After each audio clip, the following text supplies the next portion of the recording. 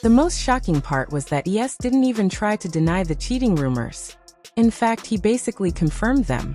And once Papoose found out, he didn't waste time feeling sorry for himself. Rumor has it he moved on quickly, and now look who he's with. The champion herself, Claressa Shields.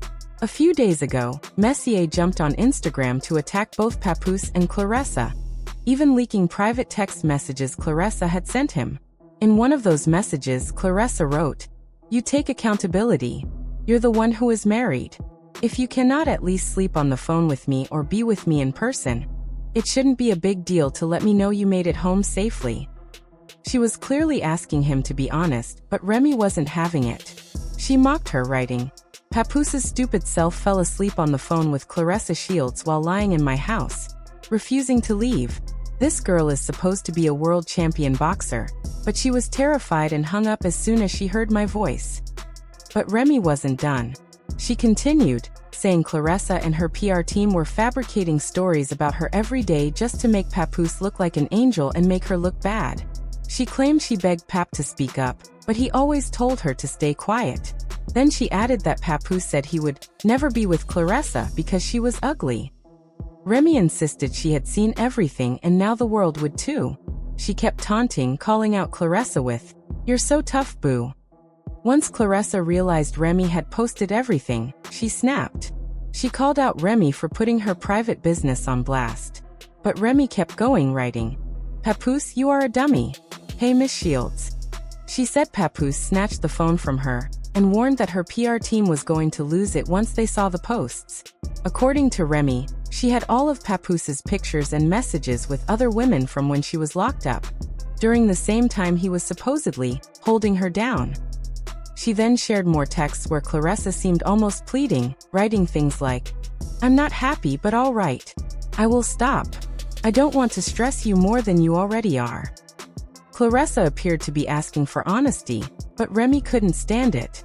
She shot back again, saying, "Hey, Miss Shields, I'm a one-boyfriend woman, just like I was a one-husband woman. I'm a good woman, and that's why people don't just walk away." She also claimed Papoose said he'd never buy Claressa anything because he thinks he is the prize, that he's a taker, not a giver, and that she, Remy, was the one with the money. Papoose eventually responded, saying Remy was a narcissist who cheated repeatedly and now played the victim because he finally moved on. He said he had asked for a divorce many times, but she preferred to chase clout online instead of handling the situation privately. He warned her to stop playing with him because he wasn't the enemy she wanted. He said he wasn't even angry, in fact he was happy, which is why Remy was upset. He also claimed he never involved the police, despite her accusations, and said she lied and manipulated old messages to cover her cheating. He then addressed the situation with the man Remy allegedly cheated on him with, saying that last Christmas, while he was home with their daughter, he told Remy they could divorce like adults. She refused because he wouldn't lie for her. He said the last time he saw the guy, the one in the viral photo, he knocked him out. According to Papoose, Remy woke him up and took him home for 4 days. Papoose went back to be with his daughter, only for Remy to start lying again. "She's a narcissist," he said, adding that he didn't knock the man out for sleeping with his wife, but because he shook his hand and then slept with her. Remy responded fast, shutting down accusations that she wasn't with their daughter on Christmas. She clapped back that all he does is lie and create narratives, and that she is always with her child on every important day. "You have a bad gambling problem, and try to pressure me for money to have a smooth divorce," she added. "I've been asking you to leave and just let us divorce quietly for years, but you, in the same way that you use my upbringing and the situation has been unfolding in public, with both of them making claims, disputing each other's accounts, and attempting to control the narrative." Papoose, who had largely stayed silent, finally responded and revealed that he had been suppressing his frustration for a long time. He said that he had attempted to get a divorce privately, but Remy refused because, in his opinion, she wanted attention. He said the only reason he is speaking now is because he can no longer ignore the way she is twisting things. He repeatedly stated that his main concern is their 6-year-old daughter, and that he does not want her growing up in this mess, especially with all the drama on social media. He also categorically denied Remy's claim that he attempted to have her arrested. The biggest blow came on Christmas. Remy was with another man. He accused her of lying to change the story and said she refused to handle their divorce like an adult because she did not want the truth to come out.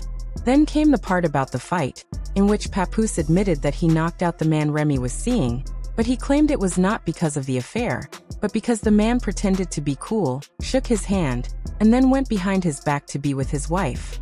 He explained how, after the fight, Remy left, and the breakup in hip-hop became one of the most dramatic we've seen. And it doesn't seem like things will get better anytime soon. Remy didn't stop there though. She had more to say, this time criticizing Papoose for isolating her from others. She wrote, "To your brothers, Joe, and you tried to keep me hidden from everyone. My stupid self kept thinking, no, don't say anything, don't show the real him. You would do anything to protect the black love image that I helped you build. And you were perfectly fine letting the world believe lies about me." She continued, "How many of my friends and family members did you? You were the one who started it. You whispered things to them that made them wonder about me and made them feel uneasy around me. I saw it every time you ignored my victories, every time you minimized my accomplishments, every time you tried to draw attention to someone else just to make sure I didn't get the attention you wanted. And you just sat back and watched as I lost people I cared about." She also accused him of being jealous of her success, saying, "You couldn't stand seeing people celebrate me the way they admired me, because it made you angry inside. I had my own dreams, goals, and vision. And because I wouldn't put you above everything and everyone, you tried to destroy it. You even said out loud that you were going to ruin it. And you did. You spread rumors, turned people against me, and did everything you could to make it fail because you wanted to see me fail." Remy then said her own words were being used against her, and made it clear that she knew Papoose had control over the narrative as well. "I'm so tired of the knockout story because you made sure it never died. Every time it began to fade, you brought it back up and found new ways to remind people to keep it alive. You told yourself that it would go away, but you knew it wouldn't. So you made sure it wouldn't. And the truth is that you entered and exited like a thief in the night while wearing a mask. My security knows you, he saw you, and you quickly left, but not before ensuring that the world had yet another reason to doubt me. This wasn't just a breakup. It was a full-fledged war, and neither of them was prepared to back down." Fans who had once believed in their story were now watching both sides reveal information, spread lies, and twist the truth so people would perceive the other in the worst way possible. "You made sure they doubted me, questioned me, and turned against me. And for what reason? You couldn't stand it when I was doing something without you. You needed to be in control because you wanted me to be the villain so you could be the hero. After all of that, the manipulation, the lies, and the betrayal, you still had the gall to have me stand by your side as if nothing happened. You pretended everything was fine, held my hand and smiled for the cameras, giving the impression that we were still a team because maintaining appearances was more important to you than the truth. You needed the world to see us together, and even though I knew it was all lies, I stayed silent. But I see you now, and I will not remain silent any longer." She even accused Papoose of putting his hands on her, saying, "So you forgot the pool was never finished because you attacked me in the garage? The workers called the cops to get you the hell off me. Keep playing with the police, Pap. I am done editing myself. Next up is the audio and video, keep lying." This whole situation is a complete mess, and it's clear their marriage has been over for a while. They just kept acting like the ideal couple, and honestly, they fooled a lot of people. But before the full truth could come out, Remy dropped another bombshell. What started as a simple online misunderstanding exploded into a full-blown war between Claressa and Remy. Both sides throwing accusations, dropping screenshots, and exposing private messages that tell two very different stories. People close to the situation said Claressa was cool and friendly at first. No jealousy, no tension, no signs of hostility. Then suddenly everything changed. Out of nowhere, her tone toward people, especially Remy, shifted in a way that left many confused. To explain what led up to the fallout, Remy decided to publicly release screenshots of her old conversations with Claressa. The messages show a version of Claressa that completely contradicts the aggressive, confrontational persona she's been showing lately. In one screenshot, Claressa wished Remy a warm, Happy New Year, sounding friendly and supportive. In another, she asked Remy for advice, specifically about how to confidently present herself, and even how to flaunt her body online. Remy captioned the screenshots with something that instantly grabbed attention. "Here is Pap's weirdo girl. Just days before, she was in my DMs asking me how to look good. This is crazy. I created her monster." With that one line, everything shifted. Remy was implying that the same woman attacking her now was once seeking her guidance. It made Claressa's sudden hostility look less genuine and more driven by jealousy, insecurity, or a desire for attention. Remy kept going, calling out Claressa's behavior, and saying she had supported her even when she didn't have to. Then Claressa clapped back, calling Remy a 45-year-old woman crashing out like this, and labeling her behavior as clownish. That comment only fueled things further. People online began focusing on the age jab, debating whether Claressa was just fighting back or revealing deeper resentment. Instead of backing down, Remy doubled down, insisting every claim she made was the truth.